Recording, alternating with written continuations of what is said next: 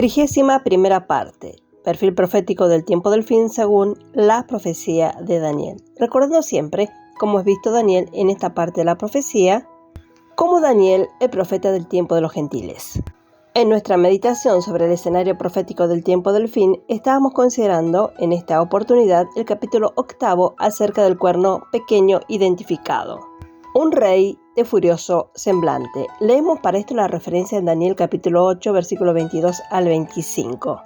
Y en cuanto al cuerno que fue quebrado, sucedieron 4 en su lugar. Significa que 4 reinos se levantarán de esa nación, aunque no con la fuerza de él. Versículo 23. Y al fin del reinado de estos, cuando los transgresores lleguen al colmo, se levantará un rey altivo de rostro y entendido en enigmas. Versículo 24. Y su poder se fortalecerá, mas no con fuerza propia. Y causará grandes ruinas y prosperará y hará arbitrariamente, y destruirá a los fuertes y al pueblo de los santos. Verso 25. Con su sagacidad hará prosperar el engaño en su mano, y en su corazón se engrandecerá. Y sin aviso destruirá a muchos, y se levantará como el príncipe de los príncipes, pero será quebrantado, aunque no por mano humana. Ahora que tenemos algunos datos positivos en cuanto a la interpretación de la visión, no hay que olvidar el hecho de que el fin es el punto en el que el ángel trató de centrar la atención de Daniel. El cuerno pequeño que iba a surgir de uno de los 4 reinos notables que sucedieron al dividido imperio griego es llamado por el ángel un rey altivo de rostro o de furioso semblante.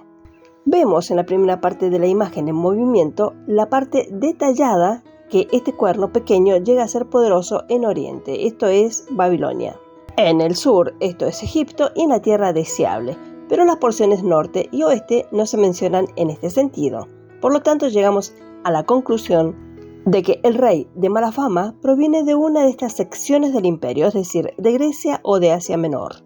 Y mientras miramos hacia el final para que de dónde este hombre aparezca, sin embargo también naturalmente buscamos algún personaje del pasado de uno de los reinos que responden o para responder en alguna medida a la descripción de este feroz o furioso.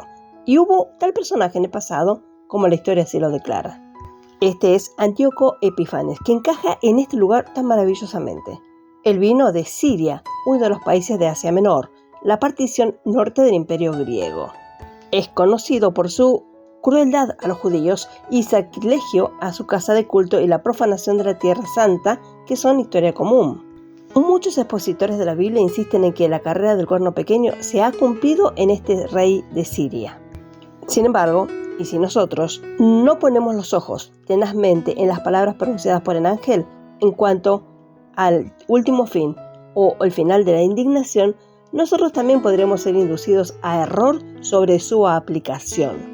Y hay más puntos adicionales de pruebas que deben convencer a los sinceros de que el lenguaje no puede aplicarse a Antíoco en el pleno sentido que aquí se lo dio a entender. Él, Antíoco, no pisó u oyó el santuario y el ejército bajo sus pies durante el tiempo especificado, esto es, 2300 días, es decir, 6 años, 4 meses y 20 días. De hecho, aunque fueron ferozmente y persistentemente atacados, los judíos, ellos sucesivamente, sin embargo, resistieron a Antíoco, porque Jehová estaba con ellos y peleó por ellos. Ganaron para sí mismos un gran nombre, cada vez más próspero e independiente de lo que habían sido desde la interrupción del reino y deportación a Babilonia. Fue bajo el mando de los macabeos y fue típico del reino venidero de Cristo. Antíoco ha sido llamado el anticristo del Antiguo Testamento y es una figura más llamativa de la realidad de uno que aún está por venir. En muchos aspectos se asemeja al falso profeta o la segunda bestia que se ve en Apocalipsis capítulo 13, quien creemos es la respuesta a este cuerno pequeño de Daniel. Leeremos esta referencia en Apocalipsis capítulo 13, versículo 15 al 17. Y se le permitió infundir aliento a la imagen de la bestia para que la imagen hablase e hiciese matar a todo el que no la adorase. Verso 16. Y hacía que a todos, pequeños y grandes, ricos y pobres, libres y esclavos, se les pusiese una marca en la mano derecha o en la frente. Verso 17. Y que ninguno pudiese comprar ni vender, sino el que tuviese la marca o el nombre de la bestia o el número de su nombre. Antíoco trató para forzar el culto pagano sobre los judíos y dio muerte a todos aquellos que resistieron sus designios hasta que al fin los macabeos, el líder heroico que estaba con ellos, fieles líderes judíos, asistido por los romanos, lo derrotó. Se dice de él que profanó el templo ofreciendo un cerdo sobre el altar del holocausto para que efectivamente poner fin al culto a la adoración judía, y esto por un corto tiempo lo fue así. El templo, que finalmente fue limpiado y los sacrificios ordenados y la adoración reanudada, todo esto también es verdaderamente importante y típico de otro y mucho peor blasfemo y rey altivo de rostro de los últimos días. Veamos este cuerno visto por el profeta. El ángel ha puesto la interpretación de la última parte de la visión más allá de la duda o la incertidumbre. En el tiempo de reinado de estos, cuando los transgresores lleguen al colmo, un rey de fiero semblante se levantará, o altivo. El tiempo de Antíoco Epífanes fue el tiempo anterior de estos respectivos reinos. Su copa de iniquidad aún no estaba completa o llena. Sus días ni siquiera estaban en el último momento o tiempo de la separación o división del imperio griego, porque murió hace más de 100 años antes de su disolución. El lenguaje aquí prueba que ha de haber un renacimiento de los 4 reinos. Ellos han de tener un último tiempo y de uno de ellos está este hombre feroz que va a surgir. La conclusión es evidente, que quien lo haga no será de Caldea o Egipto, porque parece que llega a ser más fuerte en aquellos lugares y en la agradable tierra. Todos estos hechos implican que él vence o conquista estas porciones, ya sea por una conquista sin sangre o no decimos, aunque nos inclinamos a la vista anterior, porque creemos, como hemos insinuado, que este hombre figura al falso profeta. La segunda bestia, compañero en el crimen y el engaño con la primera bestia que se ve en Apocalipsis capítulo 13, figurada por el cuerno pequeño de Daniel capítulo 7. Observe algunas de las declaraciones con respecto a él. Su poder se fortalecerá, mas no con su propio poder. Esto versículo 24. Esto implica recursos sobrehumanos, por lo que debe ser potenciado y facultado por Satanás. Y esto es lo que leemos del falso profeta, porque aunque se ve tierno e inocente, como un cordero, sin embargo hablaba como un dragón. Leemos además, él hace grandes señales, maravillas, de manera que aún hace descender fuego del cielo a la tierra delante de los hombres. Y engaña a los moradores de la tierra por medio de los milagros que él tiene poder para hacer en presencia de la bestia, diciendo de los moradores de la tierra que deben hacer una imagen a la bestia que tenía una herida con espada y vivió. Y se le permitió infundir aliento a la imagen de la bestia para que la imagen deba hablar y hará que cualesquiera que no adoren la imagen de la bestia sea asesinado. Y hacía que todos, ricos y pobres, libres y esclavos, les pusiese una marca en la mano derecha o en la frente. Esta es una versión antigua. Y que ninguno pudiese comprar ni vender sino que tuviese la marca de la bestia o el número de su nombre. Apocalipsis capítulo 13, versículo 11 al 17. Estos dos hombres, llamados bestias por el apóstol Juan, el Daniel del Nuevo Testamento, trabajan codo a codo, inseparables. Ambos están potenciados y llenos por Satanás. El uno no puede ser separado del otro, porque ambos son anticristo, antirrey y antiprofeta. Se necesitan dos hombres para el Cristo falsificado en estos dos oficios. En su primera venida, el Señor fue profeta, Mesías. En su segunda venida, Él será el Rey Mesías. La segunda bestia trabaja para y con el primero en armonía con él. Ellos juntos influirán al mundo y en el mundo nacional y religioso. La primera bestia surgirá del mar, esto es la atribulada o intranquila e inquieta masa de gente, multitudes y naciones. La segunda bestia vendrá de algo más quieto, de constante tranquilidad aparentemente establecida, algún elemento religioso, sin observación o aclamación. Lo contrario en este respecto, opuesto del primero. Él aparentemente será modesto y débil. Le vemos en la descripción de Juan como un cordero con dos cuernos, no como una bestia salvaje, al igual que Daniel lo muestra viniendo desde el reinado al macho cabrío, no como una bestia salvaje como en el capítulo 7. El cordero habla de sacrificio, como también el macho cabrío, esta bestia siendo una imitación de Cristo como sacerdote al igual que profeta. Así el segundo será el profeta más grande del mundo. Los dos cuernos sobre el cordero nos hablan de su carácter cosmopolita, esto es decir, un liderazgo mundial.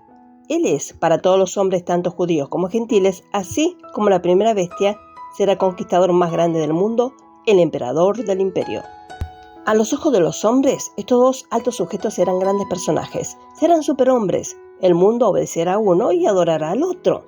Ellos caracterizarán apropiadamente el fin del día del hombre, porque serán gigantes en inteligencia y poder. Toda su utilidad y engaño de Satanás estarán resumidos en estos dos superhombres. Harán que el mundo se maraville y perezca, porque su advenimiento es por obra de Satanás, con gran poder y señales y prodigios mentirosos. Segunda de Tesalonicenses capítulo 2, versículos 9 y 10, y leemos esta referencia. Verso 9. Inicuo, cuyo advenimiento es por obra de Satanás, con gran poder y señales y prodigios mentirosos. Verso 10. Y con todo engaño de iniquidad, para que los que se pierden, por cuanto no recibieron el amor de la verdad, para ser salvos.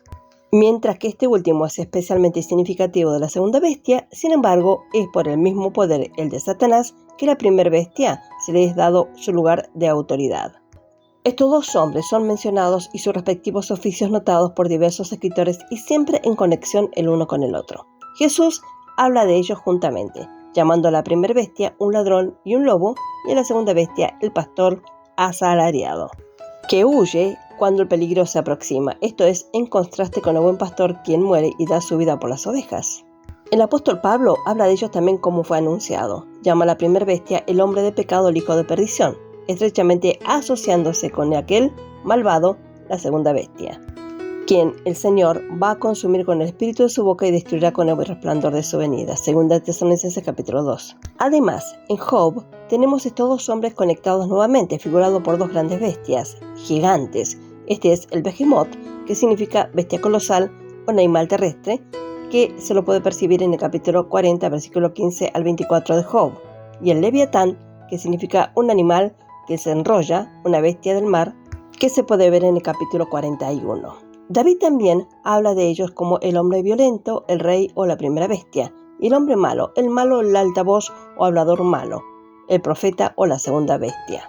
Salmo 141 y también versos 4 y 11. Por lo tanto, con razón llegamos a la conclusión de que Daniel no podría haber descuidado de decirnos de tan grande personaje como la segunda bestia del fin. Seguramente no quiso profetizar de una bestia, capítulo 7, y no nos informaría de la otra. La segunda bestia está más estrechamente relacionada con el judío y su tierra que la primera. Y su cuerno pequeño de Daniel 8, ¿no es la segunda bestia de Apocalipsis capítulo 13? ¿Dónde la encontramos en Daniel? ¿Y por qué Daniel es el único profeta que no dice nada con respecto a él? De hecho, tenemos una notable profecía en nuestro presente capítulo. Sus victorias son más bien religiosas que nacionales, como prueba el lenguaje. Él debe ser entendido en enigmas y él causará grandes ruinas y prosperará. Y destruirá a los fuertes y al pueblo de los santos, esto es, los judíos. Todo el poder, es decir, el poder sobrenatural y señales y prodigios son atribuidas a él. También hace grandes señales. El apóstol Juan nos dice, sus milagros será en la imitación de los juicios de Dios sobre la tierra, que engañarán a todos, salvo a los mismos elegidos. Nos hace acordar de Janes y Jambres, los magos, los falsos profetas de Egipto que resistieron a Moisés, que figuran a estas dos bestias con sus signos y señales falsificados. La segunda bestia de Juan, o el segundo cuerno de Daniel, va a persuadir a la gente a hacer una imagen de la primera bestia, su semejanza sin duda, y que se creará y erigirá en el templo de Jerusalén, y se les ordenará a todos los hombres a que la adoren. La gran imagen de Nabucodonosor en la llanura de Dura es una ilustración y precursora de esta parodia. Vea bien, aliento, no vida, se le dará a la imagen y ella hablará y exigirá que todos los que se niegan a caer al suelo y adorar a la imagen sean sometidos a muerte. Esa será la abominación desoladora a la que se refería el Señor en Mateo capítulo 24, versículo 15 y Daniel capítulo 9, versículo 27 y capítulo 12, versículo 11. Y hacía que a todos, pequeños y grandes, ricos y pobres, libres y esclavos, les pusiese una marca en su mano derecha o en la frente. Apocalipsis capítulo 13, versículo 16. Cualesquiera que sea la marca, y ha habido muchos supuestos en cuanto a esto, estamos seguros de que es una falsificación satánica del sellar del pueblo de Dios por medio del Espíritu Santo. Apocalipsis capítulo 7, versículo 14. El nombre de la primera bestia es la marca, como leemos. La marca, el nombre de la bestia. Apocalipsis capítulo 13, versículo 17. Sin duda, será una indicación de la mano o en la frente, probablemente un papel en que se escribe una contraseña o el conocimiento de la palabra o palabras en la frente. Esto es de fidelidad a la primera bestia y el imperio sobre el cual él domina, que lleva consigo la promesa de la protección y favor. Nadie podrá comprar ni vender, sino el que adore a la bestia y muestre lealtad a este gobierno de inspiración diabólica. Recuerda que es la segunda bestia que soporta todas las reclamaciones de la primera bestia o el anticristo por poder. ¿Con qué exactitud nos habla la palabra de Dios? Ella es el verdadero faro de luz en medio de este mundo oscuro. Por ahora dejaremos por aquí y Dios mediante continuaremos con el desarrollo de esta profecía, confiando en la gracia del Señor y en la guía del Espíritu Santo para la comprensión de estos escritos, los cuales son de vital importancia para el pueblo del Señor. Que el Señor los bendiga ricamente a cada uno. Amén y amén.